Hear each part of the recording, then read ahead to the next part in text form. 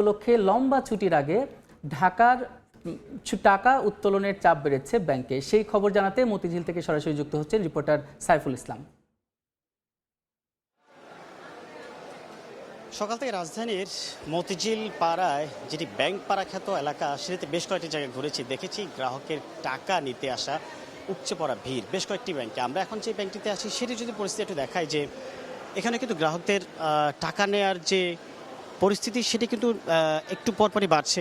যখনই টাকা নিয়ে নিচ্ছে তখনই কিন্তু আবার চলে যাচ্ছে। আসলে এটার অন্যতম কারণ হচ্ছে অগ্রিম প্রত্যেকটি অ্যাকাউন্টে স্যালারি ঢোকা, ঈদ বোনাস, এর পাশাপাশি অনেক এই এফডিআর টাকা থেকে শুরু করে অনেকে আবার পেনশনের টাকা, যেটি আমরা এখানে কথা বলেছি, পেনশনের টাকাও কিন্তু আগাম এবার ঈদ কেন্দ্রিক কিন্তু অ্যাকাউন্টে এসেছে, বা যার কারণে হচ্ছে যে গ্রাহকের যেমন উপচে পড়া ভিড়, টাকা কেন্দ্রিক চাহিদা, সেই ভিড়ের কারণেই কিন্তু গ্রাহকে ব্যাংকে এসেছেন টাকা নিতে।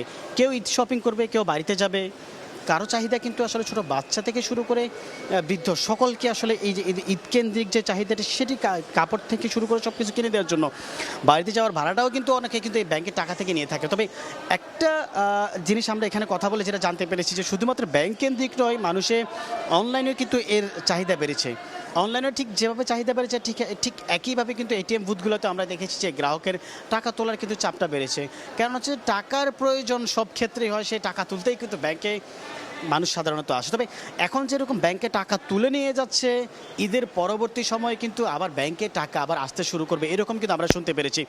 তবে বলতে পারি যে এখানকার যে আগত গ্রাহকরা, তারা স্বাচ্ছন্দ্যে একেবারে বলছেন যে কোনো নির্ভেজাল ঝামেলাহীনভাবেই কিন্তু সবাই সবার টাকা তুলে নিয়ে বাড়িতে ফিরছেন, এরকম কিন্তু আমরা বেশ কয়েকটি ব্যাংকে দেখেছি।